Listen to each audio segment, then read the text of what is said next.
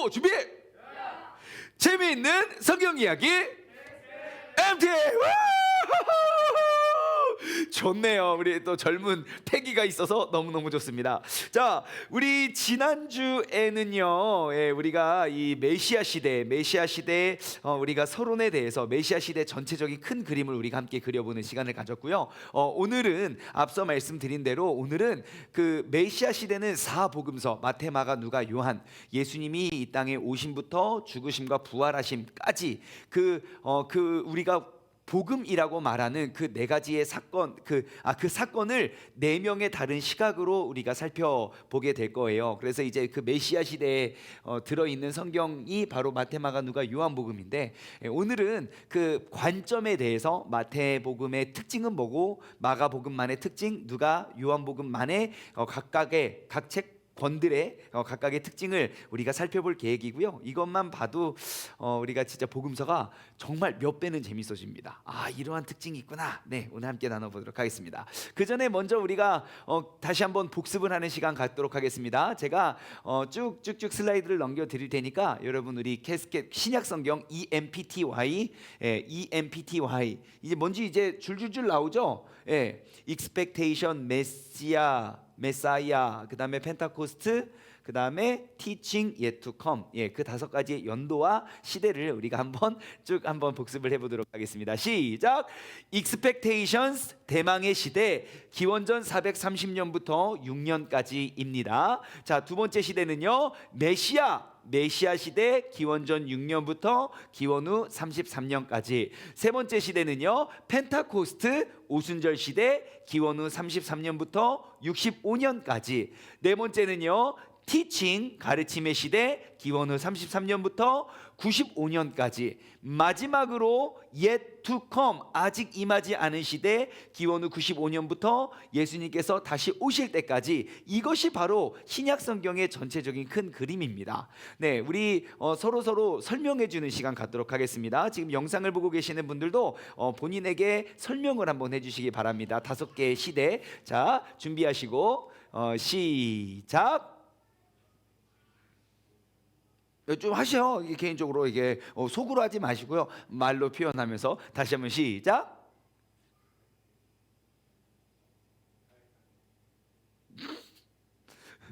두 번째. 네, 이게 말로 하는 거랑 굉장히 다르다니까요. 여러분들 빨리 지금 잘 따라오고 계시죠? 우리 황한경 지사님, 우리 지호, 진우 반갑습니다. 우리 서용석 성도님도 반갑습니다. 네, 서로 설명해 주시면 되겠습니다. 두 번째는 메시아 시대, 세 번째는요, 펜타코스트, 오순절 시대입니다. 성령님이 임하셔서 역사하시는 그런 시대는 기원 후 33년에서 65년까지고요. 그 다음에 이제 많은 엄청난 핍박이 교회에 임하게 되었어요. 성령 충만해서 막 사람들이 예수가 그리스도라고 막 믿고 따르니까 이건 절대 그럴 수가 없는데, 그래서 사람들이 이제 정통 유대인들이 기독교인들을 다 잡아 죽이기 시작했습니다. 그래서 어쩔 수 없이 흩어지게 된 민족들이 전 세계에 흩어져서 예수 그리스도를 가리키게 되었죠. 그래서 가르침의 시대 AD 33년부터 95년까지고, 지금도 우리가 지금 이 때를 기다리고 있죠. 예수님께서 다시 이 땅에 오실 yet to come, 아직 임하지 않은 시대, 95년부터 주님께서 오시는 그때임을 기억하시기 바랍니다. 자, 우리는 이제 메시아 시대에 대한 이야기를 나눠볼 겁니다. 두 번째 시대인 메시아 시대. 자, 그 메시아 시대에는요, 하나님이 자기 아들을 메시아 왕으로 세상에 보내시게 됩니다. 자, 그래서 이제 오늘은 메시아 시대에 대해서 우리가 이제 들어가 보게 될 건데요. 그 첫 번째, 하나님이 우리 여러분 혹시 차트를 가지고 계신 분들은 보시면 알겠지만, 그 메시아 시대를 상징하는 그림은 바로 이 파란색 왕관입니다. 이 파란색 왕관은 구약 성경 저 앞에 때부터 그 파란색 혈통, 하나님께서 아브라함을 통하여 그리고 다윗을 통하여 약속하신 그 모든 약속이 성취되어져 가는 그런 모든 것들을 의미하고 암시할 수 있는 그림입니다. 그래서 예수님께서 이 땅에 오신 건 그냥 갑자기 그냥 뿅 나타나서 우리의 구원자다라고 말하는 것이 아니라 정말 이 파란 왕관이 지금까지 이어지고 있다는 사실. 그래서 바로 예수 그리스도의 탄생과 함께 그 목표와 그 모습을 이루어가는 것임을 우리는 도표를 통해서 알 수 있습니다. 그래서 도표에 보시면 저기 대망의 시대에 보면 파란색 왕관으로부터 그라데이션으로 점점 옅어지는 것처럼 보여지지만 바로 다시 엄청난 핍박 속에서도 하나님께서는 그들 가운데 그 역사를 이루어 가신다는 것. 네, 그래서 여호야긴의 손자 스룹바벨을 지나서 이제 메시아까지 오게 되었다는 사실 우리 알 수 있습니다. 자, 첫 번째 우리가 살펴볼 내용 우리 한 목소리로 함께 읽어볼까요? 시작. 메시아, 다윗의 자손, 아브라함의 자손이신 예수. 바로 마태복음 1장과 2장의 내용입니다. 여러분, 신약 성경은요, 신약은 우리가 다루고자 하는 그 주제와 대상에 대해서 너무너무 명확하게 보여주고 있습니다. 특히 이제 마태복음 1장은 1장 1절은 바로 이렇게 시작해요. 아브라함과 다윗의 자손 예수의 계보다 그래요.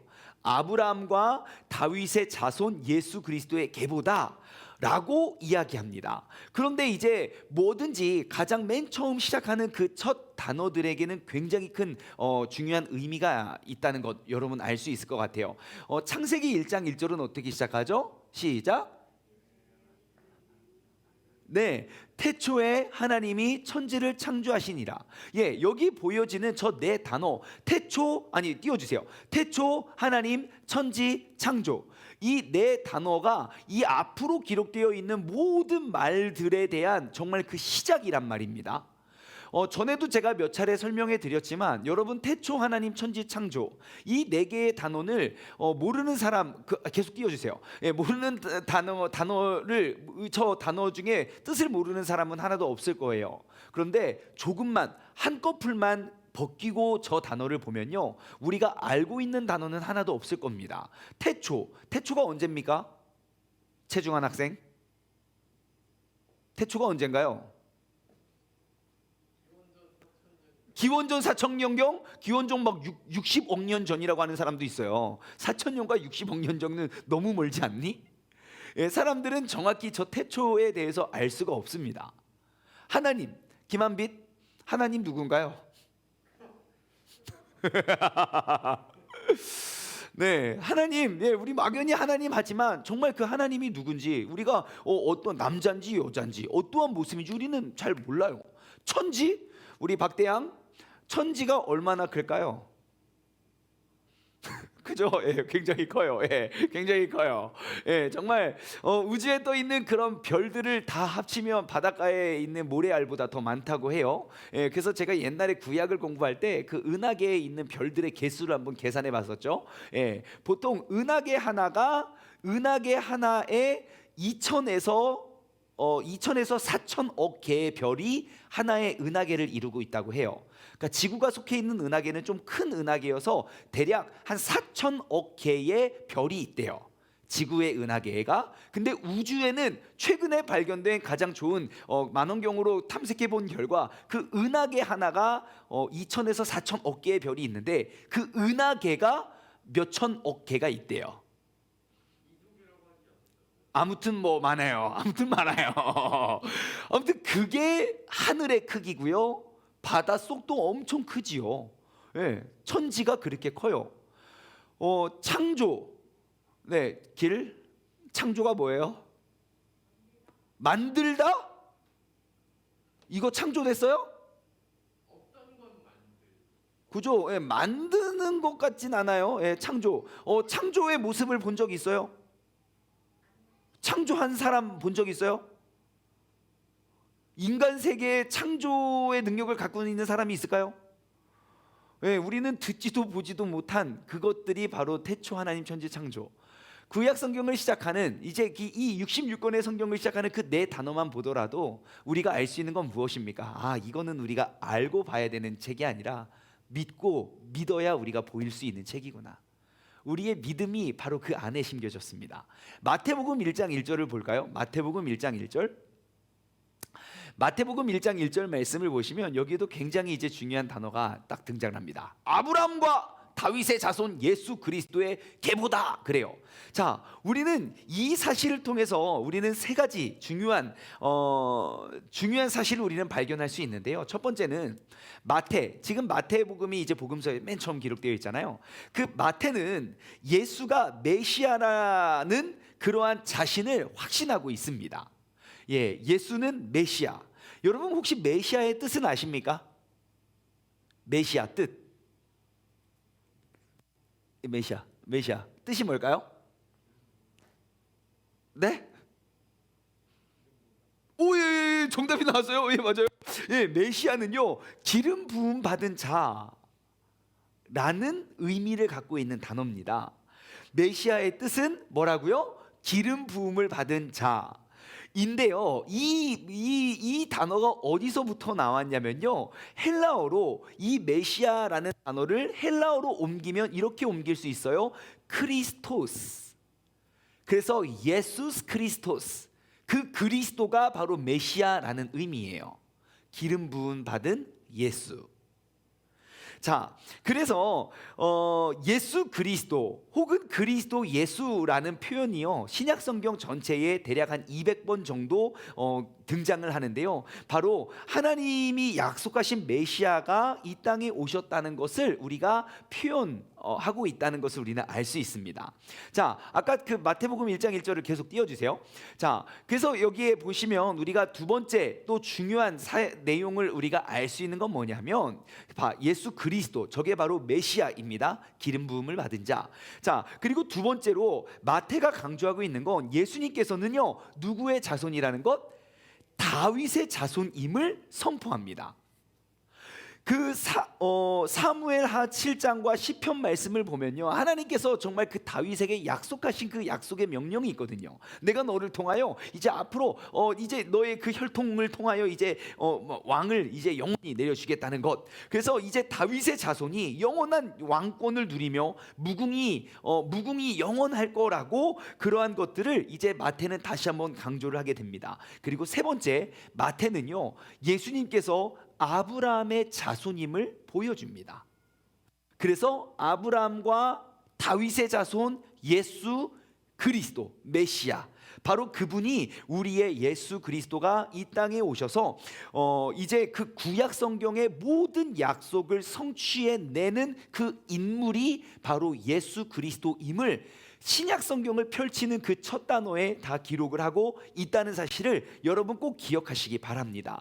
그래서 예수에 대한 이러한 선언들, 누구에 대한 계보라, 뭐뭐뭐뭐에 대한 계보라라는 표현으로 기록이 되어 있는데요. 이것은 구약 성경에 보시면 하나님의 구속 계획이 어떻게 진행되어져 가고 있는지를 보여주는 그러한 이제 공식과도 같은 거예요.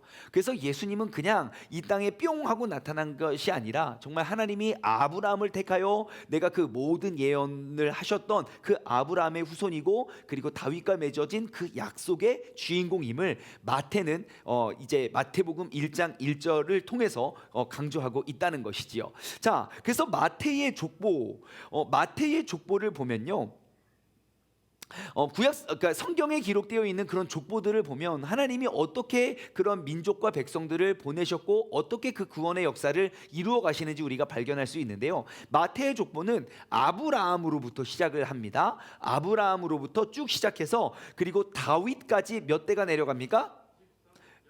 14대, 14대가 내려가고요. 자, 그 다음에 이제 다윗부터 이제 포로 시대까지 몇 대가 내려갑니까? 14대가 내려갑니다. 자, 그리고 포로 시대부터 예수님의 탄생까지 몇 대가 내려갑니까? 믿음이 점점 줄어들고 있어요. 예, 14대가 내려가게 되죠. 자, 그래서 그 14대, 14대씩 내려간다는 것을 마태는 설명하고 있고요. 자, 그리고 이제 예수님의 탄생에 대한 이야기는 바로 천사가 이제 뿅 나타납니다. 예수님의 이제 태생, 이거를 우리는 수태고지라고 하죠. 제가 언제 한번 기회가 되면 성경의 그 수태고지, 그러니까 그 사람이 태어나기 전에 이러한 사람들이 태어날 것이고 그 사람의 이름은 이렇게 하고 이렇게 앞으로 이런 걸 할 거다라고 출생 전부터 그들을 미리 이렇게 알려주었던 그 수태고지를 갖고 태어난 인물이 그렇게 많지 않습니다. 그런데 그 중에 굉장히 다들 이제 수태고지 얻었던 사람 누군지 아십니까 혹시? 예언되어진 대로 태어난 사람? 아는 대로 한번 말씀해 보실래요? 유튜브 아시는 분 댓글 달아주세요. 우리 권은 양 반갑습니다. 다시 할군요. 네, 반갑습니다. 자, 수태고지를 갖고 태어난 사람들 누구 있을까요? 예수님. 또 삼손. 또 왜? 세례요한, 침례요한. 또 기도해가지고 아들을 한 명 낳긴 했는데. 네, 사무엘, 한나. 그죠? 앞으로 아들이 나오고 그리고 이삭도 마찬가지죠. 이삭, 아브라함, 이삭. 그래서 지금 거론된 이름들이 쭉 있잖아요. 다 훌륭하고 위대하거든요. 누구 빼고 지금 이 거론된 이름 중에 다 훌륭하고 위대한 사람이에요. 거룩하고 흠이 없고 존귀한 사람들이에요. 누구 빼고요? 삼손이라고요. 제가 삼손에 대해서 언제 한번 시리즈를 정해서 삼손의 좋은 삼손, 나쁜 삼손 이렇게 해가지고 굉장히 재밌습니다. 삼손을 이게 묵상하면요 굉장히 이제 놀랍고 재미난 이야기들이 많아서 다음에 한번 나눠보기를 원해요. 자, 그래서 이제 아무튼 천사가 요한과 예수님께서 태어날 소식을 뿅 하고 나타납니다. 그 예수님께서 태어나실 일들에 대한 좀 자세한 이야기는 마태복음은 바로 족보가 시작되기 때문에 이제 꺼주셔도 됩니다. 마태복음 1장 족보가 시작되기 때문에 이제 그러한 이야기가 상세히 기록되어 있지 않은데, 누가복음 1장 5절부터 7절 보면요 이제 예수님이 어떻게 임신을 하게 되고 어떻게 어떠한 천사가 오고 하는 것들에 대한 상세한 이야기가 나오게 되어 있는데요. 자, 예수님이 이 땅에 오심에 있어서는 먼저 예수님이 등장하지 않습니다. 그를 준비하기 위한 누구의 출생? 세례 요한의 출생. 세례 요한은 또 어떠한 부모님 밑에서 출생하게 되나요? 예? 세례 요한은 어떠한까지? 우리는 침례교회니까요. 침례 요한은 어떠한 부모님 밑에서 태어납니까? 굉장히 나이가 많은 노부부 밑에서 태어납니다. 불임의 부부? 불임의 여인? 뭐랑 비슷하지 않습니까? 아브라함과 비슷하죠. 아브라함. 그 사가랴라는 제사장과 아이를 갖지 못하는 그 세례 요한의 엄마 엘리사벳, 그 둘 사이에서 정말 나이가 많은 아브라함과 사라를 정말 의미하는 것처럼 정말 그들 사이에서 이제 천사가 나타나서 이제 너희들 이제 아들을 낳을 거고 그의 이름을 요한이라고 해라 라고 이제 또 수태고지를 알려주게 되지요. 그래서 천사는 그 아들을 약속하고 그의 이름을 요한이라고 합니다. 요한 이름의 뜻이 뭘까요? 그렇죠? 여기까지는 잘 모르겠어요. 자, 여호와는 은혜로우시다. 시작. 여호와는 은혜로우시다. 요한. 여러분, 요한이라는 이름은 성경에 굉장히 많이 등장을 합니다. 참고로 하나만 더 말해줄까요? 마가의 이름이 원래 요한인 거 아십니까? 마가 요한이에요. 실제로. 그래서 요한이라는 이름, 여호와는 은혜로우시다. 자, 그래서 이제 그 요한이라는 사람이 이제 예수님이 임신하기 전 6개월 전에 이제 그분의 이때 날 거라는 걸 알게 됐고요. 그다음에 이제 가브리엘의 약속은 정말 구약 성경 말라기 맨 마지막 책인 말라기서에 기록되어 있는 그 예언을 우리를 다시 한번 상기시키게 됩니다. 그래서 그 말라기 한번 찾아볼까요? 말라기 4장 5절과 6절입니다. 말라기 4장 5절과 6절 말씀. 자, 그 가브리엘의 등장은 이런 것들을 우리가 암시하게 되는데요. 한번 같이 읽어볼까요? 보라, 여호와의 크고 두려운 날이 이르기 전에 내가 선지자 엘리야를 너희에게 보내리니. 자, 엘리야는 이미 이제 지나간 사람이죠. 그러니까 엘리야와 같은 일, 그 사명을 감당할 그 사람을 너에게 보내준대요. 6절. 그가 아버지의 마음을 자녀에게로 돌이키게 하고 자녀의 마음을 그의 아버지께 돌이키게 하리라. 돌아가지 아니하면 두렵건대 내가 와서 저주로 그 땅을 칠까 하노라 하시니라. 아멘. 자, 그래서 이제 가브리엘의 약속은 그 말라기를 통한 그 여호와의 말씀을 다시 한번 우리의 마음에 상기시켜 줍니다. 무엇입니까? 그는 선지 사자가 되어서 앞으로 오실 그 일을 준비한다고 합니다. 그래서 정말 또한 이제 요한은 이사야서 40장 3절 말씀, 또 뭐 말라기서 3장 1절도 마찬가지인데요. 여호와의 길을 예비하는 자라는 그러한 미션을 가지고 그러한 사명을 가지고 이 땅에 딱 오지요. 자, 그리고 예수라는 이름에 대해서 우리가 한번 살펴볼까요? 여러분, 예수라는 이름은 구약 성경 어떠한 이름에서 온 이름일까요? 혹시 알고 계십니까? 유튜브 자신 있으면 댓글 한번 달아주시기 바랍니다. 예수라는 이름을 히브리어로는 뭐라고 할까? 사람들이 이거 잘 모르더라고요. 예수, 히브리어로 어떠한 단어에서 온 이름인데요. 이 사람도 굉장히 유명한 사람이에요. 모세 뭐 이런 건 아니고요. 예수랑 좀 뭔가 비슷해요. 뭘까요?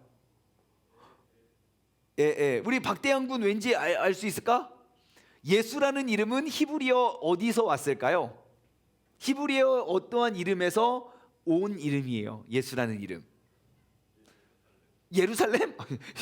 예루살렘은 아닙니다. 이름에서 왔어요. 자, 예수라는 이름은요, 바로 히브리 이름 여호수아의 헬라식 표현입니다.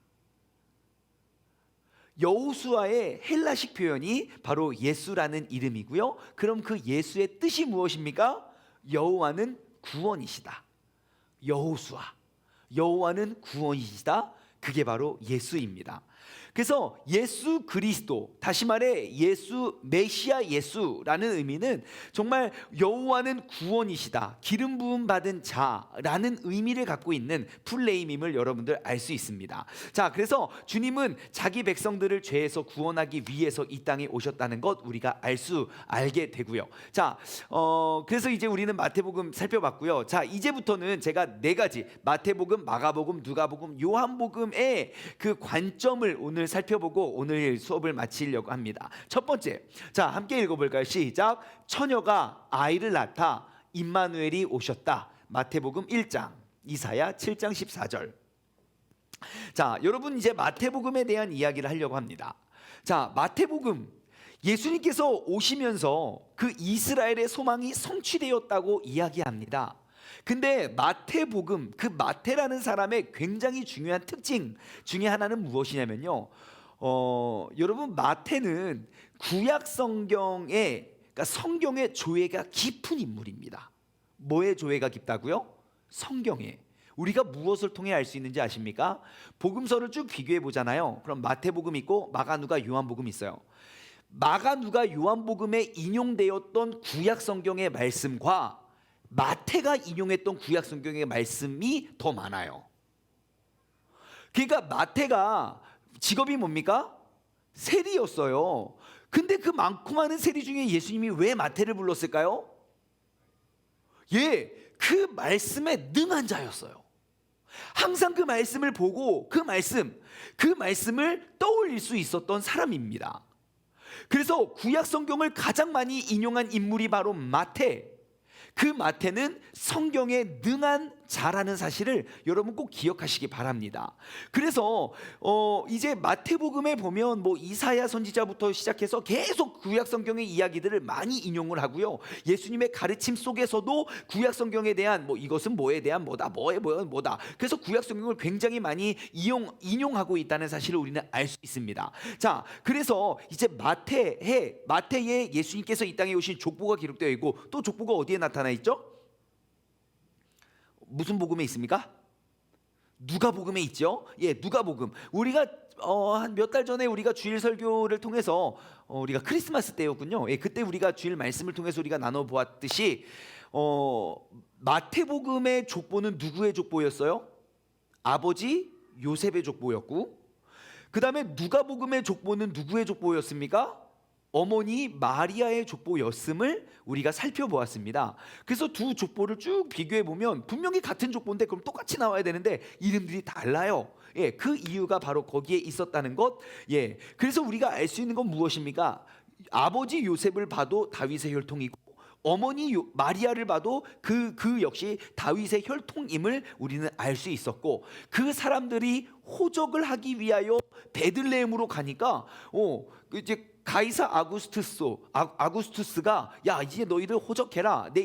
나의 이제 명예와 권력을 위해서 너희들 다 호적해. 그러니까 이제 요한이 말하는 거예요. 아버지 요셉이 아, 나 이제 호적하러 베들레헴에 가야 돼. 나도 호적하러 베들레헴에 가야 되는데 그렇게 된 상황인 거죠.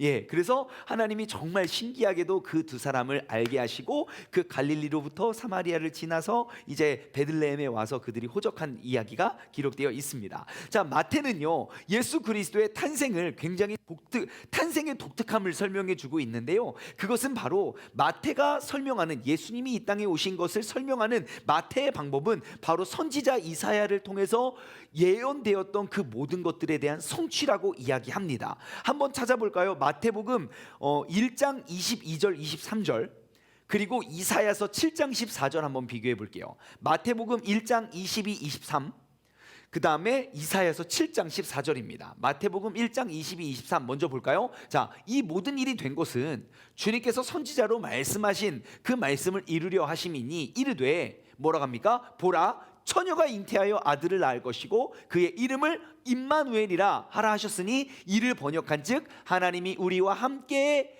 계시니라 계시다 함이라. 아멘. 자, 그리고 한 600년 700년 전으로 한번 여행을 한번 떠나봅시다. 이사야서 7장 14절 이사야서 7장 14절 자, 그러므로 주님께서 친히 징조를 너에게 주실 것인데 그 징조는 무엇입니까? 보라, 처녀가 잉태하여 아들을 낳을 것이고 그의 이름을 임마누엘이라 하라. 그래요. 자, 지금 우리가 마태를 통하여 배울 수 있는 너무너무 중요한 교훈은 무엇입니까? 지금 하나의 이루어진 사건을 통해서 그는 600년 700년 전에 있었던 그 말씀, 쓰여졌던 그 말씀이 떠올랐다는 거예요. 여러분, 우리가 왜 지금 성경 공부하고 있습니까? 우리의 삶의 모든 사건들 속에서 그 말씀이 떠올라지기 위해서 우리는 해야 됩니다.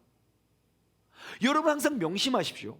나의 삶의 모든 일들과 모든 사건들을 내 방식대로 해석하는 것이 아니라 하나님께서 예견하시고 앞으로 행하실 일들, 사건 속에서 말씀이 떠올라야 되는 줄 믿습니다. 우리가 사건 속에서 말씀이 떠올라야 된다. 시작! 사건 속에서 말씀이 떠올라야 한다. 자, 그래야만 우리는 온전한 우리의 인생을 하나님의 말씀으로 그러한 사건들을 해석해 갈 수 있는 것입니다. 그래서 우리가 매일매일 강조하는 게 무엇입니까? 하나님의 모든 매일매일의 삶을 하나님의 말씀으로 해석한다. 이걸 두 글자로 요약하면 뭐라고 합니까? 큐티죠. 역시 지혜로워요. 그래서 우리가 큐티 하자고 하는 거예요. 그래서 바로 마태와 같이 내가 그 예수님께서 이 땅에 오신 사건을 가지고 말씀을 통해서 해석을 하는 것처럼 내 삶에 주어지는 그런 하루하루의 모든 일정들을 하나님의 말씀으로 풀어 헤쳐나갈 수 있는 그러한 지혜로운 말씀의 사람 되시기를 소망합니다. 자, 아무튼 예언한 건 무엇입니까? 그를 임마누엘이라 하라 그래요. 자, 임마누엘의 뜻이 뭡니까? 하나님이 우리와 함께 계시다. 임마누엘, 하나님이 우리와 함께 계시다. 자, 임마누엘이라는 이름은 하나님의 임재가 우리와 함께 계신대요. 자, 우리 그러면 구약의 역사를 한번 살펴볼까요? 여러분, 에스겔 기억나십니까? 에스겔 선지자. 에스겔 선지자의 특징은 뭐예요? 하나님의 영광이 이스라엘 백성으로 떠난 환상을 봐요. 차라리 안 봤으면 괜찮은데 에스겔 선지자는 그 괴로운 나날을 보내게 됩니다. 결국 에스겔 이제 맨 마지막 뒤편에 보면 다시금 하나님께서 그 성전을 재건할 그런 환상을 보고 맞춰지긴 하지만 그 여정 가운데 얼마나 괴롭겠습니까? 그 힘든 나날들을 보내게 되는데 그때 에스겔이 봤던 건 하나님의 임재가 그 성전에서 떠난 이스라엘 백성에서 떠난 것이었어요. 그리고 우리가 구약 캐스켓을 통해서 우리가 살펴본 건 무엇입니까? 이스라엘 백성이 이제 다시금 포로에서부터 다시금 되돌아와서 그래서 이제 다시 이제 성전을 재건을 하죠. 그게 이제 에스라, 느헤미야 이쪽 책인데 그때 성전이 재건되지만 이전에 있었던 하나님의 영광이 그곳에 임하지 않았어요. 그래서 우리가 구약 성경의 차트를 보시면 구름이 솔로몬의 성전은 구름 위 있었지만 그 마지막 성전 시대의 성전에는 구름이 없었죠. 그런데 지금 이사야, 마태가 이야기하는 건 무엇입니까? 그가 이 땅에 오실 건데 그는 임마누엘이라 뜻은 하나님이 우리와 함께 계신다. 마태는요, 포로 시대 이후로 떠난 그 하나님의 임재가 다시 우리 가운데 임했다는 것을 이야기하고 있습니다. 그래서 이것이 중요한 거예요. 떠나버린 임재가 다시금 우리에게 임하게 하는 그 사건, 그 중심에는 누가 계시다고요? 예수 그리스도. 그래서 예수의 탄생으로 하나님과 맺은 그 언약, 내가 영원히 너희와 떠나지 않겠다는 그 언약이 다시금 성취되어 가고 있다는 것을 우리는 알 수 있습니다. 그리고 또 우리가 알 수 있는 건 무엇인지 아십니까? 복음서의 결론. 자, 마태복음 1장 23절 한번 볼게요. 마태복음 1장 23절. 마태복음이 시작하는 그 이제 복음서의 시작을 알리는 거예요. 마태복음의 특징이에요. 1장 23절 보면, 자, 보라, 처녀가 잉태할 아들을 낳을 것이고 그의 이름을 임마누엘이라 하라 하였으니 이를 번역한즉 하나님이 우리와 함께 계시니라. 그렇죠. 그리고 마태복음의 마지막, 맨 마지막에 마태가 뭐라고 하고 복음서를 마치는지 아십니까? 마태복음 28장 20절 말씀 보시죠. 마태복음 28장 20절. 자, 임마누엘로 시작한 복음서가 어떻게 맞춰지는지 보십시오. 내가 너희에게 분부한 모든 것을 가르쳐 지키게 하라. 볼지어다 내가 세상 끝날까지 너희와 항상 함께 있으리라. 아멘. 임마누엘로 시작해서 임마누엘로 마친 거예요.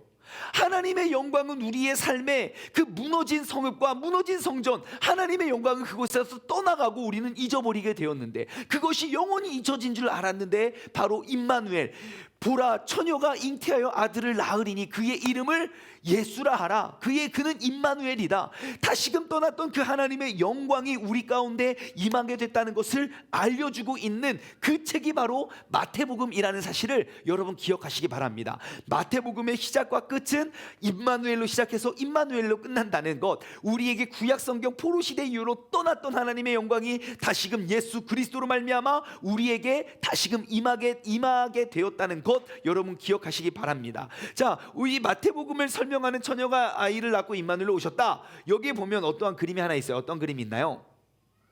별이 있지요, 별. 예, 연대표에 보면 그 별 그림이 있는데요. 자, 이 별은 무엇을 의미할까요? 자, 이 별은요, 모든 민족들에게 빛이 되시고 또 그들의 경배를 받으실 하나님께서 정하신 그 왕의 이 땅에 오심을 묘사합니다. 그래서 우리가 메시아 탄생 2000년 전에 이 별의 유래를 한번 찾아가 볼까요? 되게 재밌어요.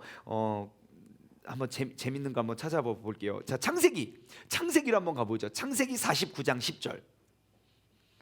자, 지금 예수님의 탄생 이야기인데요. 역사를 아브라함 시대가 기원전 몇 년이었나요? 기억나시나요? 2100년이지요. 2100년부터인데 그 전으로 가서 창세기 49장, 대략 예수님의 탄생 2000년 전에 있었던 일입니다. 자, 규가 유다를 떠나지 아니하면 통치자의 지팡이가 그 발 사이에서 떠나지 아니하기를 실로가 오시기까지 이르리니 그에게 모든 백성이 복종하리로다. 자, 그래요. 자, 무슨 말이냐면요, 야곱은 유다의 자손으로서 오는 한 왕에게 모든 나라가 곡물과 예배를 드릴 것을 예언합니다. 앞으로 오실 그 야곱의 예언이에요. 창세기 49장에 있던 예언, 2000년 전부터 앞으로 오실 그 빛으로 오실 그 사람의 한 왕에게 모든 나라가 곡물과 예배를 드리기를 예언해요. 수백 년이 흐릅니다. 혹시 발람 선지자 아십니까? 발람과 발락. 자, 발람 선지자에게는 또 하나의 에피소드가 있죠. 당나귀 에피소드 아시죠? 예, 나귀가 막 몇 달 이렇게 후려쳐가지고 나귀가 열받아가지고 왜 자꾸 나 뭐 잘못했다고 막 나귀가 막 말해가지고 깜짝이야 뭐 이렇게 무슨 말하는 거야? 막 그래 발람 선지자입니다. 자, 발람 선지자를 통해서 또 이야기해요. 민수기 24장 17절 한번 보시죠. 민수기 24장 17절. 자, 이제 야곱의 예언 뒤에 몇백 년이 흘렀습니다. 민수기 24장 17절 한번 볼까요? 자, 발람이 가서 본즉 뭘 봅니까? 발락이 번제물 곁에 섰고 모압 고관들이 함께 있더라. 발락이 발람에게 이르되 여호와께서 무슨 말씀을 하시더냐?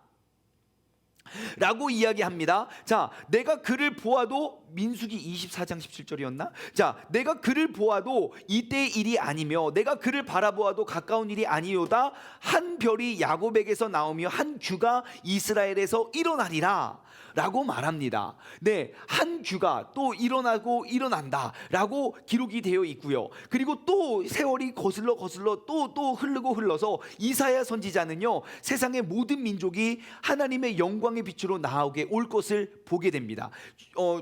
이사야 60장 1절부터 3절 제가 읽어드릴게요. 일어나라, 빛을 발하라. 이는 내 빛에 이르렀고 여호와의 영광이 내 위에 임하였음이니라. 야, 예수님께서 이 땅에 오실 그 모습을 어떻게 이렇게 명확하게 설명할 수 있을까요? 봐라, 어둠이 땅을 덮을 것이고 캄캄함이 만민을 가리려니와 오직 여호와께서는 내 위에 임하실 것이고 그의 영광이 내 위에 나타나리니 내 나라들은 너의 빛으로 왕들은 비치는 내 광명으로 나올 것이다. 그 밑에 6절 말씀, 사람들은 다 금과 유향을 가지고 와서 여호와의 찬송을 정파할 것이다.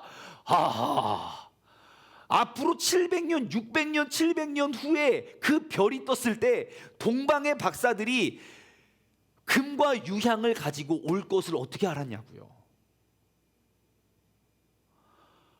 야, 이러한 예언을 성취할 수 있는 인물은 그러한 사람만이 바로 우리의 구원자가 되실 수 있습니다.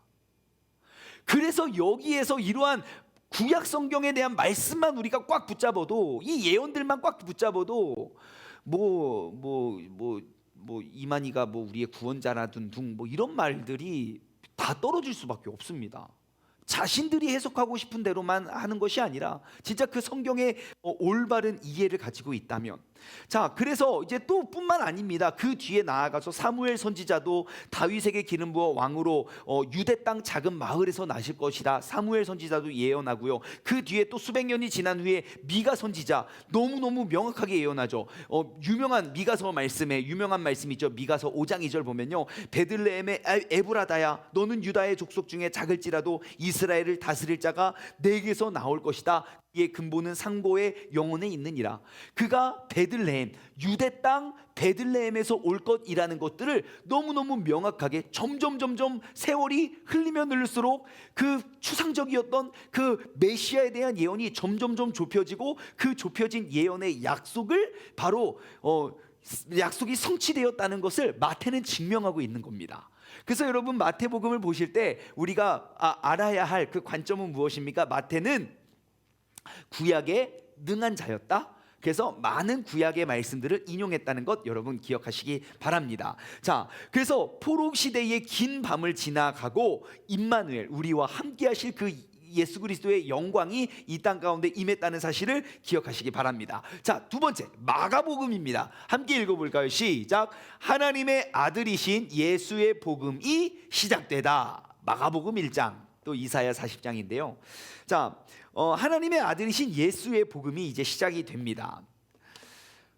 초기 기독교, 그러니까 그 초기 교회의 초대교회들의 증언에 따르면요, 마가복음 있잖아요. 이 마가복음은요, 마가복음의 내용은 마가가 그냥 다 기록한 게 아니라 그 초기 기독교 초대교회의 증언에 따르면요, 베드로가 로마에서 한 설교들을 요약했다고 봐요. 베드로가 설교 많이 하거든요.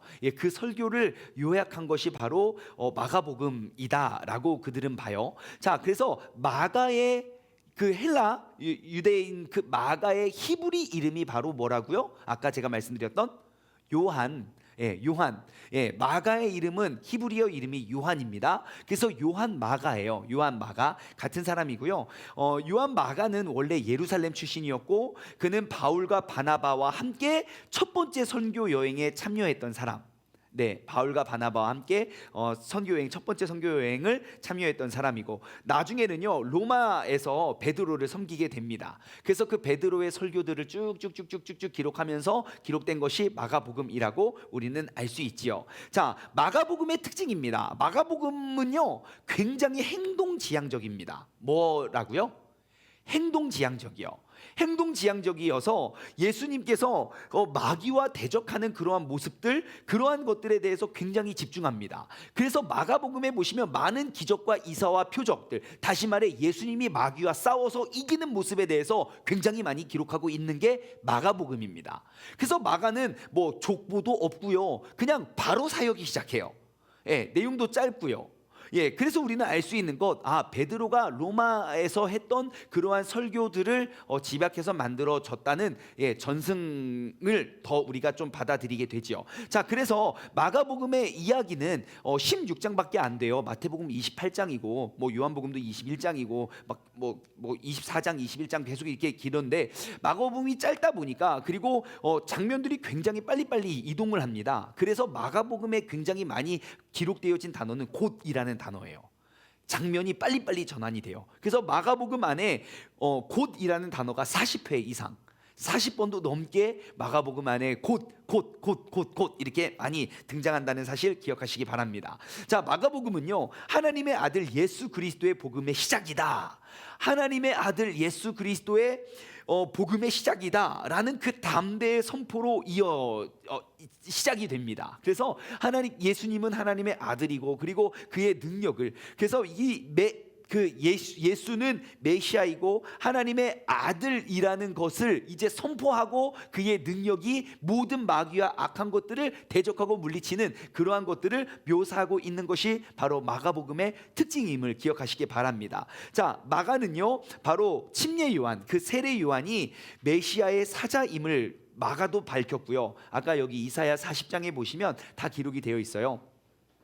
그래서 예수님을 여호와 자신이 오실 것을 예수를 여호와 자신이 오신 것으로 굉장히 제시하고 암시하고 있는 것이 바로 마가복음입니다. 그래서 이제 그 모든 행동 위주, 항상 예수님이 마귀를 대적하고 이겨내는 것이 마가복음의 특징. 자, 마태복음의 특징은 뭐였습니까?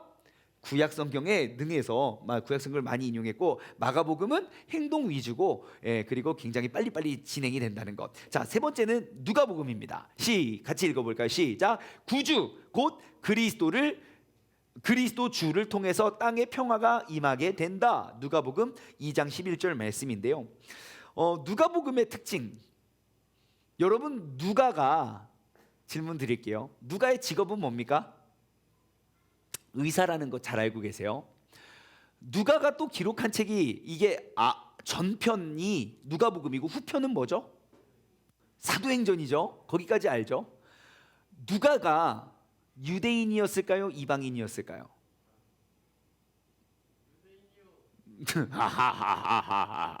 네. 신약 성경에서 유일하게 이방인이 기록한 책이 누가복음입니다. 초대교회의 증언에 따르면, 그 초대교회 전승에 따르면요, 그 누가가 어디 출신이냐면 안디옥 출신이에요. 안디옥. 그래서 안디옥 출신이었고, 어려서부터 그는 예수 그리스도를 믿었고, 그리고 누가가 사도 바울의 두 번째 해외 선교 여행 때 합류를 하죠. 직업이 의사였기 때문에 항상 이제 바울은 몸이 지병을 앓고 있잖아요. 항상 지병을 앓고 있었기 때문에 항상 이제 바울이 누가를 데리고 다니는 것을 굉장히 좋아했고요. 그리고 누가가 쓴 책의 대상이 있습니다. 이 책을 기록한 대상, 혹시 이름 기억나시나요? 각하예요. 각하. 어떤 각하? 데오빌로. 데오필루스라는 각하에게, 그 사람에게 쓰는 전편이 누가복음, 후편이 사도행전이라는 것. 그래서 이제 데오빌로 각하에게 이제 하나씩 쓰는 책이 바로 이제 누가복음이고요. 자, 누가복음의 특징은요, 누가복음은요, 예수 그리스도를 만난 사람들에 대한 이야기가 많습니다. 그러니까 일일이 그 개개인의 사람들에 대한 이야기. 그래서 우리가 누가복음을 통해서 알 수 있는 건, 마태, 마가, 요한복음에서는 만날 수 없는 사람들을 누가복음에서는 많이 만날 수가 있게 돼요. 대표적으로 누구냐면요, 바로 호적하기 위해서 소개된 가이사 아구스토라는 사람, 그리고 예수님이 딱 태어났을 때 그를 위해서 기다리고 있었던 누구입니까? 시므온, 안나, 이러한 사람들 누가만 기록했어요. 그 누가복음의 특징이에요. 항상 예수 그리스도를 만난 그 개개인의 눈을 통해서 전하는 것이 바로 누가복음의 특징입니다. 그래서 예수님을 만난 사람들을 찾고 싶으면 누가복음을 보시고요, 예수님께서 행하셨던 능력을 막 보고 싶으신 분은 마가복음을 보시면 되겠지요. 자, 그래서 이제 그 사람들에 대해서 누가는 그 사람에 대해서 주목하고요, 그리고 그에 대해서 자세히 기록을 합니다. 그리고 그들에게 미친 삶의 영향에 대해서 쭉 기록을 하고 있는 것이 바로 누가복음의 특징입니다. 뭐 대표적으로 이제 가이사 아구스도라는 사람, 그 사람이 칙령을 내렸고, 그 사람이 이제 자신의 규모와 자신의 부유함을 과시하기 위해서 야, 너희들 다 그거 저기를 해, 호적을 해. 그래서 실제 이제 역사서를 보면요, 이제 몇 차례 인구 조사를 한 기록이 있습니다. 그래서 그 중에 한 번이 바로 이제 예수님의 출생을 알리는, 그래서 이제 누가가 이제 조세를 위해서, 이제 그 세금을 받기 위해서 이제 사람들의 토지를 등록하는 그 인구 조사에 대한, 그래서 의사잖아요. 의사들은 항상 그 전문 용어를 잘 쓰잖아요. 그래서 성경에 호적이라는 전문 용어를 쓰게 됩니다. 호적. 호적이라는 단어가 굉장히 이제 평범한 단어는 아닌데요. 그래서 누가복음의 특징은 그러한 이제 전문 용어가 쓰여졌다는 것. 네, 그래서 아무튼 아구스도를 만나볼 수 있고, 네, 그래서 이제 그의 명령을 따라서 이제 땅의 모든 사람들이 호적을 하게 되었고, 요셉과 마리아가 또 이제 저기를 하게 되었고요. 또 그 앞에 태어난 사가랴 이야기도 마찬가지죠. 엘리사벳, 사가랴도 누가복음에만 기록되어 있는 예수님을 만난 그런 사람들에 대해서 기록이 되어 있습니다. 그리고 또 우리가 또 주목해야 될 사건, 누가복음에만 기록되어 있는 주목되어야 될 사건이 뭡니까? 예수님의 출생 이후에 8일이 지난 뒤에 이제 요셉과 마리아는 할례를 행하고 그의 이름을 예수라 칭합니다. 그리고 이제 40일 후에는 성전에 이제 그 아들을 데리고 가서 이제 제사를 드릴 때, 그때 평생을 기도하면서 준비해 오던 사람들, 이스라엘의 위로를 기다리던 자, 그의 이름은 바로 시므온이라는 노인이 자신을 구원하신 그 하나님을 찬양하면서 그 아들을 맞게 되죠. 정말 우연히 방문했던 그 성전에, 하나님의 감동, 그 성령의 인도하심 속에 성전에 갔는데 때마침 그 베들레헴에서 그 아이를 데리고 오는 사람들이 있었으니 그게 바로 예수 그리스도. 그리고 또 누가복음에서 우리가 만나볼 수 있는 사람은 안나 선지자죠. 여선지자, 굉장히 나이가 많으신 분. 그래서 예수 그리스도를 보고 하나님께 또 감사하고 그 구원의 약속을 기다리던 그런 모든 사람들의 약속이 성취되었다는 것을 알 수 있습니다. 자, 누가복음의 특징, 항상 인물과 인물과 그 사건에 대해서 초점이 맞춰져 있다는 걸 기억하시기 바라겠고요. 오늘의 마지막 요한복음입니다. 요한복음 같이 읽어볼까요? 시작. 말씀이 육신이 되어 우리 가운데 거하심에. 말씀이 육신이 되어 우리 가운데 거하심에. 자, 요한복음은요, 복음서 4개의 복음서 중에 가장 늦게 기록된 책입니다. 이미 마태, 마가, 누가복음이 완전히 기록이 맞춰진 상태에서 한참 뒤에 이제 요한이 이제 기록한 책이고요. 그 초기 기독교인들의 그 증언을 따르면요, 요한이 이제 소아시아 그 에베소 지역에서 거주하면서 요한복음, 요한 1, 2, 3서, 그죠? 그다음 요한계시록, 그리고 이제 망명을 이제 또 추방을 당하면서 또 그때 이제 기록한 책이라고 그들은 보고 있죠. 그래서 요한 사도는요, 요한복음의 한 가지 재밌는 특징은 요한 사도는 자신의 이름을 기록하는 걸 굉장히 싫어합니다. 그래서 자기의 이름을, 그래서 다른 마태, 마가, 누가복음은 예수님의 제자들의 이름을 기록할 때 꼭 요한이라고 기록하는데, 요한복음에서는 요한은 자신의 이름을 기록하지 않아요. 그래서 뭐라고 기록하는지 아십니까? 하나님이 예수님께서 사랑하시는 자, 자기를 말해요. 그러면 우리는 생각해 볼 필요가 있죠. 왜 요한은 자신의 이름을 기록하지 않았을까요? 나이가 많아서 모든 복음서가 쓰여진 다음에 쓰여졌어요. 왜 자신의 이름을 기록하지 않았을까요? 네? 이방인이요? 아니요. 요한은 아니요. 누가가 이방인이고 요한은 아니에요. 자신의 이름을 왜 기록하지 않았을까요? 예? 잡혀가니까? 아니요. 이름을 남길 수 있는, 우리가 이름을 기록해야 할 사람은 딱 한 명밖에 없으니까요. 자신의 이름을 드러내 보이고 싶지 않았던 거예요.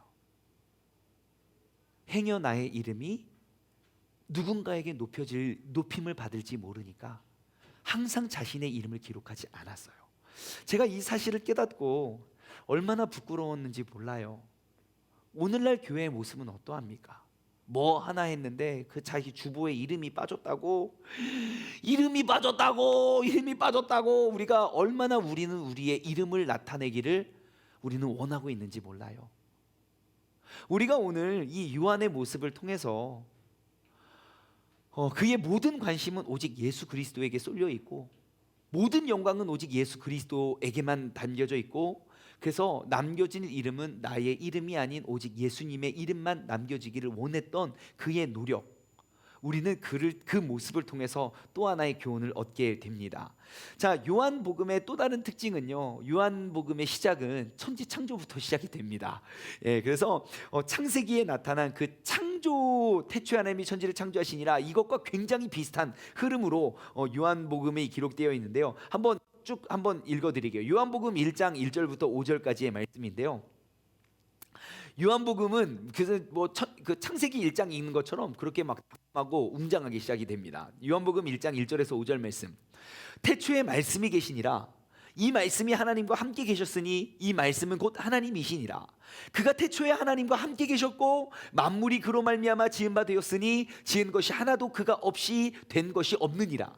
그 안에 생명이 있었으니 이 생명은 사람들의 빛이라. 빛이 어둠에 빛이 돼 어둠이 깨닫지 못했더라 라고 말하면서 바로 예수 그리스도는 태초 때부터 계셨고 그는 말씀으로 계셨고 하나님의 아들이고 하나님 아버지와 동등한 위치, 동등한 신분임을 요한은 이야기하고 있다는 것을 우리는 알 수 있습니다. 그래서 요한은요, 하나님의 말씀이 온전한 인간으로 이 땅에 오셨다. 그 말씀의 성취를 위해서, 그래서 거하다라고 표현된 단어, 하나님의 말씀으로 이 땅에 오셨다. 그 거하다라는 표현, 그 헬라어 단어는요, 장막에 임시로 거하는 육체의 깃들이다라는 의미를 가지고 있어요. 그렇기 때문에 예수는 우리 요한복음을 통해서 우리가 알 수 있는 건 정말 보이지 않는 그 하나님의 모습을 예수 그리스도를 통하여 하나님을 보게 하셨다는 거예요. 그래서 요한복음 14장 9절에 보면 그 예수님이 말씀하시잖아요. 나를 본 자는 곧 아버지를 보았거늘, 이렇게 이야기해요. 하나님은 볼 수가 없어요. 하지만 예수 그리스도를 통하여 우리는 하나님이 어떠한 분이고 누구인지 어떠한 모습인지 우리는 알 수가 있어요. 이것을 좀 더 확대해서 볼까요? 요즘 날 여러분, 하나님의 모습을 우리는 어떻게 볼 수 있습니까? 예수님은 이미 돌아가셨어요. 이 땅에 안 계세요. 하늘로 승천하셨어요. 그러면 그 하나님의 모습을 우리는 무엇을 통해 보여줘야 될까요? 바로 우리의 삶의 모습을 통해서 보이지 않는 하나님을 보여줘야 되는 거예요. 여러분, 오늘 이 저녁에 우리가 함께하는 우리 모두가 이런 데 도전을 받았으면 좋겠어요. 보이지 않는 하나님을 보여줄 수 있는 사람이 되자. 시작. 보이지 않는 하나님을 보여줄 수 있는 사람이 되자. 바로 예수 그리스도께서 보이지 않는 하나님을 눈으로 보여주셨던 것처럼 그 예수님의 가르침과 그분의 말씀 안에 살고 있는 우리가 바로 그 하나님의 모습을 이 땅 가운데 비추어 낼 수 있는 믿음의 사람 되기를 주님의 이름으로 소망합니다. 자, 그래서 그렇게 해서 이제 요한복음의 특징에 대해서 나눠봤고요.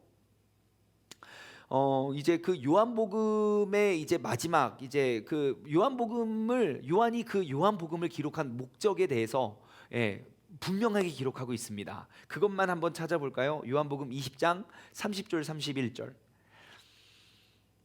굉장히 중요한 말씀이기 때문에 한번 우리가 찾아볼게요. 요한복음 20장 30절 31절. 요한이 이 복음서를 기록한 이유, 명확한 이유가 있습니다. 목적이 있습니다. 함께 읽어볼게요. 시작. 예수님께서 제자들 앞에서 이 책에 기록되지 아니한 다르한 표적들도 많이 행하셨으나 오직 이것을 기록함은 너희로 예수님께서 하나님의 아들 그리스도이심을 믿게 하려 함이요 또 너희로 믿고 그 이름을 힘입어 생명을 얻게 하려 함이니라. 아멘. 아멘. 아멘. 그 예수님께서 하나님의 아들이 그리스도이심을 믿게 하고 너희로 말미암아 그 이름 이름으로 힘입어 생명을 얻게 하는 그러한 목적으로 기록됐다는 사실을 기억하시기 바랍니다. 네, 요약을 해보면요, 우리는 그 복음서의 저자 그 네 명 모두가 이제 약속된 메시아가 하나님의 아들임을 보여주고 있고, 그분은 우리의 유일한 구원자가 되신다는 사실, 그리고 예수님의 출생은 그냥 어느 한순간 그냥 뿅 우연히 나타난 것이 아니라 천지 창조 때부터 예언되어졌고 하나님과 함께 계셔서 그 모든 약속, 아브라함을 통하여 다윗을 통하여 그 뒤에 많은 선지자들을 통하여 그 예언이 되어졌고, 그 예언의 완벽한 성취를 이루신 분이 오직 예수 그리스도라는 사실을 여러분 꼭 기억하시기 바랍니다. 이제 다음 주부터는 우리가 이러한 것들에 대해서 이제 구체적인 내용들을 우리가 한번 살펴볼 건데, 여러분 메시아 시대를 공부하면서 우리가 반드시 잊지 말아야 될 것, 이 모든 복음서에 있는 내용들은 항상 그 중심, 그 초점은 예수 그리스도에 맞춰져야 된다는 사실을 여러분 꼭 기억하시기 바랍니다. 기도하겠습니다. 하나님 아버지, 감사합니다. 오늘 이 저녁 시간을 통해서 우리가 그 복음서의 큰 그림들을, 그 큰 그림의 복음서를 보는 관점에 대해서 나누어 보게 하여 주심에 감사를 드립니다. 예수님이 왜 우리의 구원자가 되시고 예수님이 왜 우리의 그리스도가 되시는지 우리가 그냥 목사님이 설교해서 알아듣는 것이 아니라 정말 그 성경의 모든 역사들을 우리가 통틀어 우리가 계산을 해보고 우리가 생각하고 묵상을 해보아도, 야, 진짜 그분만이 우리의 진짜 구원자가 될 수밖에 없다는 사실을 우리가 증명하고 밝혀갈 수 있는 그런 믿음의 사람 될 수 있도록 주님께서 인도하여 주옵소서. 우리가 이 메시아 시대를 공부하면서 정말 예수 그리스도가 다시 한번 내 안에 나 같은 죄인을 구원하여 주신 구원하신 그 구원의 능력을 우리가 회복하기를 간절히 바라오니 주님께서 우리를 붙잡아 주시고 다시 한번 우리가 예수 그리스도 안에서 함께 죽고 예수 그리스도와 더불어 함께 살아날 수 있는 그런 믿음의 사람 되게 하여 주옵소서. 오늘 저녁에도 함께 하신 주님께 감사를 드리오며 이 모든 말씀 살아계신 예수 그리스도의 이름으로 기도드리옵나이다. 아멘. 다 같이 주기도문하고 오늘 모든 수업을 마치도록 하겠습니다. 하늘에 계신 우리 아버지여, 이름이 거룩히 여김을 받으시오며 나라에 임하옵시며 뜻이 하늘에서 이루어진 것 같이 땅에서도 이루어지리이다. 오늘날 우리에게 일용할 양식을 주옵시고 우리가 우리에게 죄 지은 자를 사하여 준 것 같이 우리 죄를 사하여 주옵시고 우리를 시험에 들게 하지 마옵시며 다만 악에서 구하옵소서. 나라와 권세와 영광이 아버지께 영원히 있사옵나이다. 아멘. 아멘. 아멘. 수고하셨습니다. 우리 다음 주 이 시간에 다시 뵙도록 하겠습니다.